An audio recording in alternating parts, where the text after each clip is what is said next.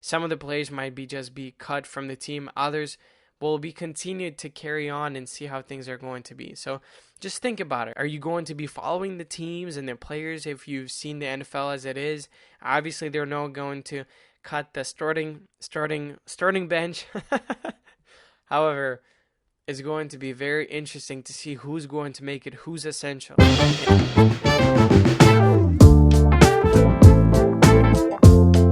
Hi, I'm Tim, and welcome to Starting on the Bench. It's a podcast about sports culture, news-related content that strives to focus on learning from the bench. It's been a great week. Right off the bat, it just felt like a great set of couple of days, great sets at the gym. Definitely morning scheduled pool time for cardio has been. It's a great workout. I would definitely recommend for those who enjoy swimming, I guess, who want to learn how to swim. Who knew that scheduled pool time actually helps with mental stability. It's something that I personally enjoy doing. It helps with cardio, and it helps me focus on different. Helps me stay focused and sharp. And we've got a bunch of information, a bunch of topics to uncover today. Obviously, this is something that I haven't talked about, but I really want to cover. First things first on the topic is just briefly kind of talking about the Redskins. Jack Del Rio hits back after fans criticize him for being a Trump supporter. This is something that, as a European, confuses me to what exactly happens. But it's just funny how it all started with fake tweets and him responding to certain things that did not. It's just somebody created an account and talked about it. And so it's just funny how certain officials, coaches, GMs, or something like that, those people, they're talking about responding to fake tweets. So it's always funny how things turn out not to be the way they should or are, and then he got some heat for it. So on that kind of topic, I just wanted to highlight that please, everybody, make sure if you tweet something wise. Don't get into trouble. Be careful. I guess stay vigilant. I don't know if it's a good advice, but make sure you don't tweet anything stupid or something that you'll regret in the future. I know we all grow up. We think that things are not funny, but this is just ridiculous. I feel like NFL teams are held up to certain standards, certain stronger standards. And so I feel like this is something that needs to be extended towards GMs and coaches, defensive, offensive linemen, whatever it is. Make sure that you're smart about it. So it was a funny thing to wake up to. A headline that says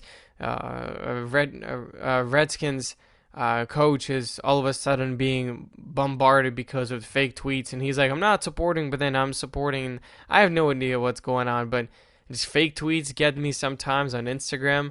And if you're following us and Starting on the Bench, please do. We've got a bunch of content on stories on our posts. So it's just funny how things turn out to be. Second set of news, I have a confession to make. NBA players still refuse to play in Orlando, and this is something. I think this is my last or my recent update of a statement that I think that some NBA players refuse to play because it's dangerous. I know I said it before, and I know that I want them to succeed. I want this championship to not have asterisks at the end of a 2020 championship, at the end of the name. However, I felt like some of the players they're scared for their health, but I've never put it this way. I've never seen it this way. It says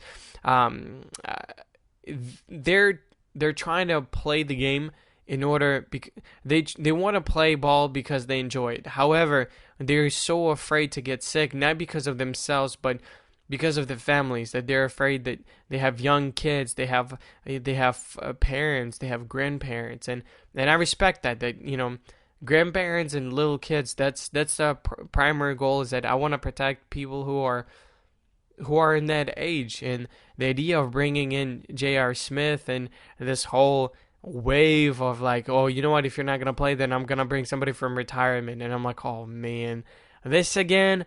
And at first I thought it was a joke, but then all of a sudden I feel like the Lakers got this idea that, oh, hold on, social media has this idea. I think it's a good thing to do. Let's go for it. And so I think that it sounds like J.R. Smith is going to be joining the combine. I saw some couple of memes that kind of looked like J.R. Smith show up to the Lakers, to the Lakers training center, and all of a sudden everybody's empty, and so nobody gave him a memo to go into Orlando to train there. So it's just funny. But honestly, I'll be curious to see who's going to be playing in the Lakers in the finals. Who's going to be playing probably the Lakers. That's my prediction. I think that they've got the best chances. I know that some people are talking about Lakers and Clippers games, and I think that's something that's gonna go to Game 6. But it's true. It's I would say that it would be very important for me to say that, listen, I understand it's a problem. It's definitely something to be aware of, be alert. But you have to understand that everybody has families. Those families have kids, and those kids have grandparents. So you have to make sure that you're cautious about it. And certain people would say that, you know what, I'm going to skip this year. I'm going to go for something else. So that's what's happening.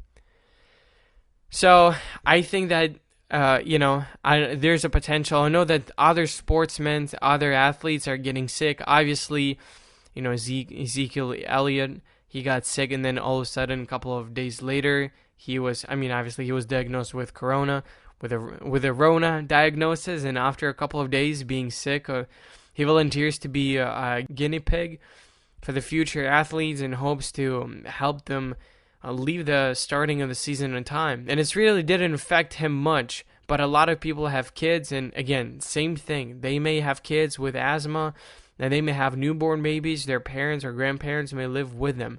So he was referring to starting either season time or starting a season without making sure that every athlete has a chance to test if they're positive or they're negative for the Rona diagnosis.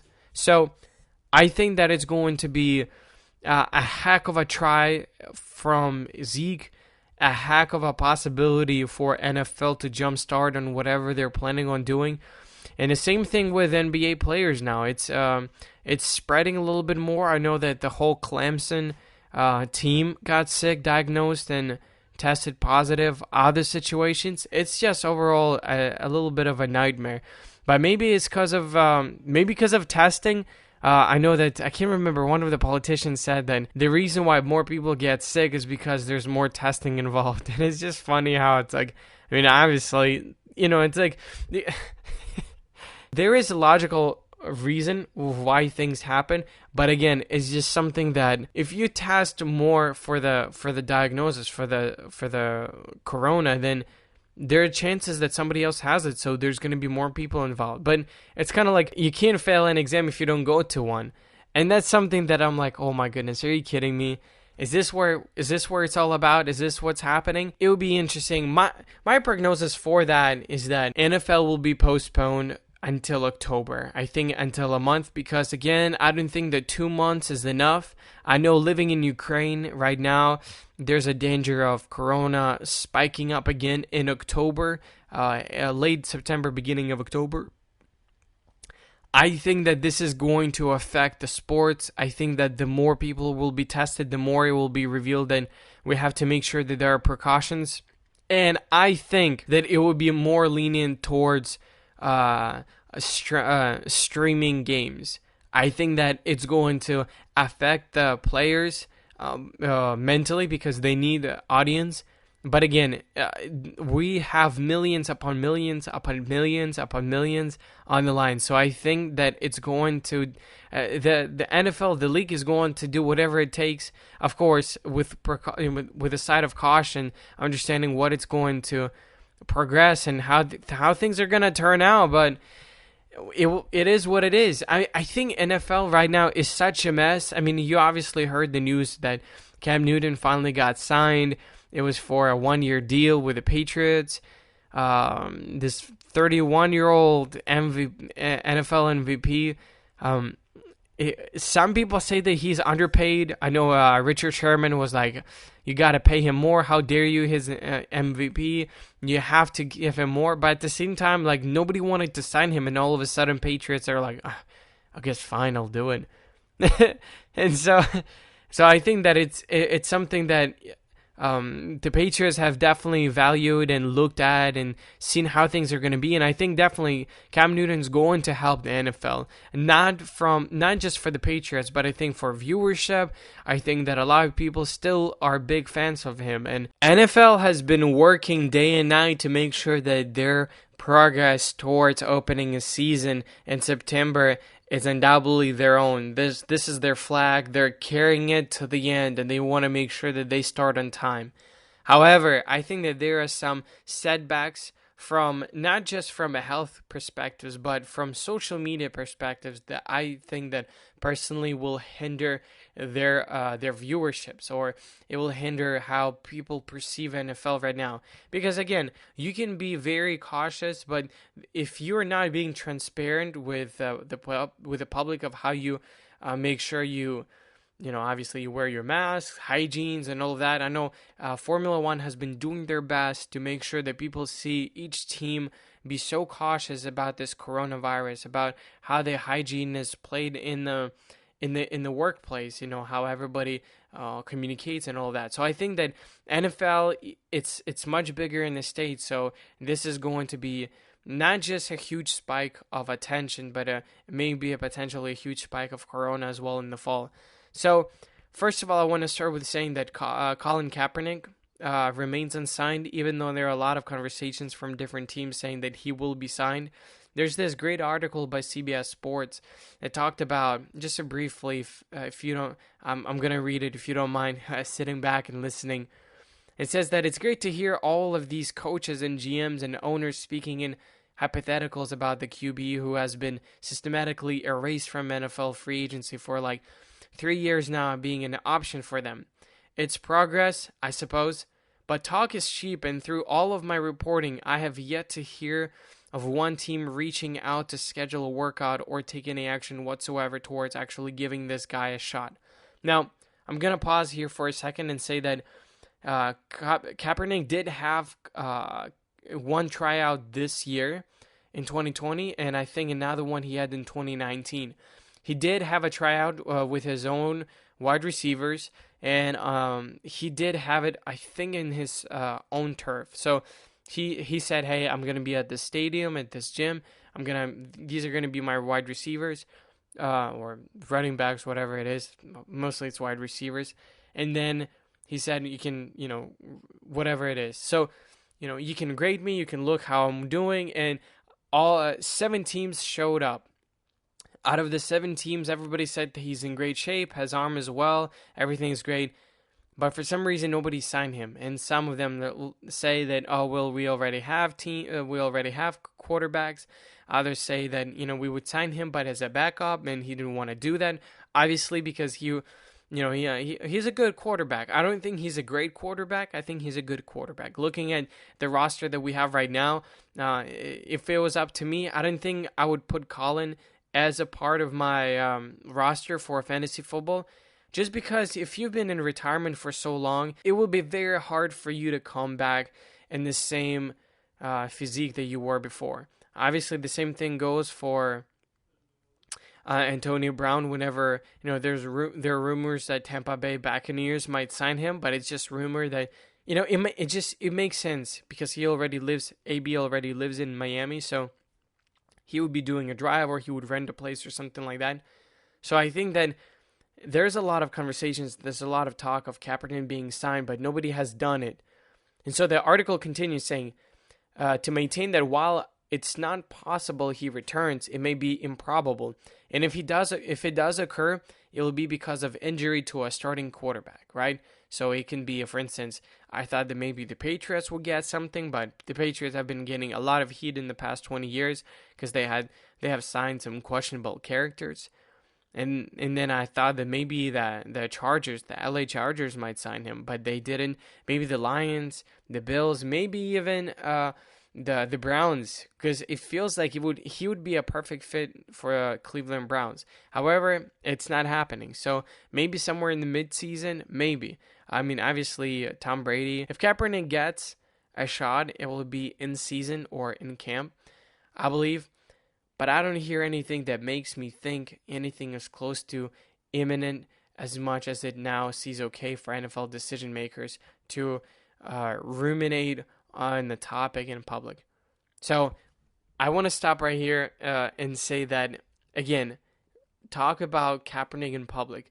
I feel like it's still a taboo. It's still something that the NFL isn't ready to confront, or it's just, again, as a person who's an outsider to the U.S., it feels like there's so many things to still uncover with Kaepernick, and it feels like he deserves a chance, but he needs to as well figure out what kind of teams would he join in. Because obviously, let's say if Chargers or the Browns would offer him the same probably deal that they offered Cam Newton, a 1-year deal, was it $7 million a year with incentive and all that?